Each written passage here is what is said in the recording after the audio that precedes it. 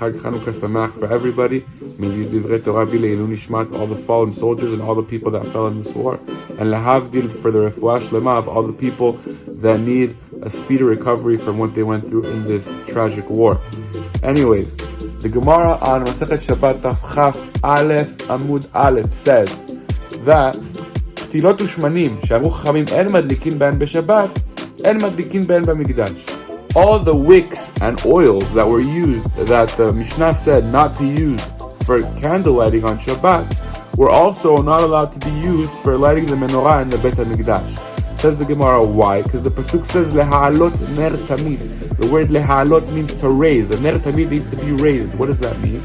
That she'tiyeh shalhevet olam me'elea, that the flame should be powerful enough and good quality enough for it to be raised on its own, and not that you have to move it around or do something to it in order for it to be raised. Therefore, you use good wicks and good oils. Now, obviously the Gemara comes and says this deen in order to tell us what we did in the Beit HaMikdash, but obviously everything in Judaism has a deeper meaning to it.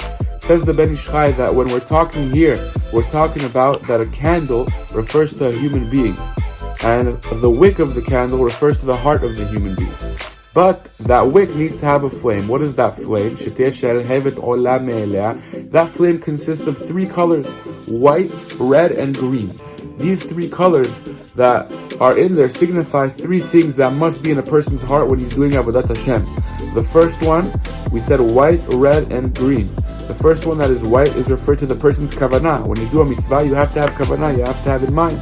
Also when you do tefillah, you have to have kavanah. As it says, tefillah lelo kavanah, keguf lelo neshama. When you daven without kavanah, it's like a body without a soul. So you must have kavanah. That's the first, machshava and kavanah. The next step after you have a thought is dibur. When you speak it out, as you know, when you do a mitzvah, you say a bracha, dibur.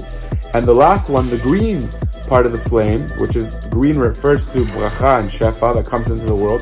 That's the maaseh, that's the actual action of doing the mitzvah. If a person doesn't have a whole machshava, dibur, maaseh, and everything he does, his heart isn't burning correctly. And what does it mean, she'olam me'elea, that these three things need to come on its own? What is it, me'elea? L'shem shamayim. That when you do a mitzvah, it has to be because Hashem wills it, not because you get any benefit out of it. And that's hinted to me'eleha. The word me'eleha is me, from. Eleha is to. El, Yah. Meaning El is a God, Yah is Hashem's name. So the flame of Avodat Hashem should be raised from what? From a Kadosh Baruch Hu. A person should always have a Kadosh Baruch Hu in his mind and nothing that's for his own benefit. Bezrat Hashem, HaKadosh Baruch Hu should shine this light of Chanukah onto all of us. Shabbat Shalom u'Mevorach, Chanukah Sameach, Broche v'Atzloche.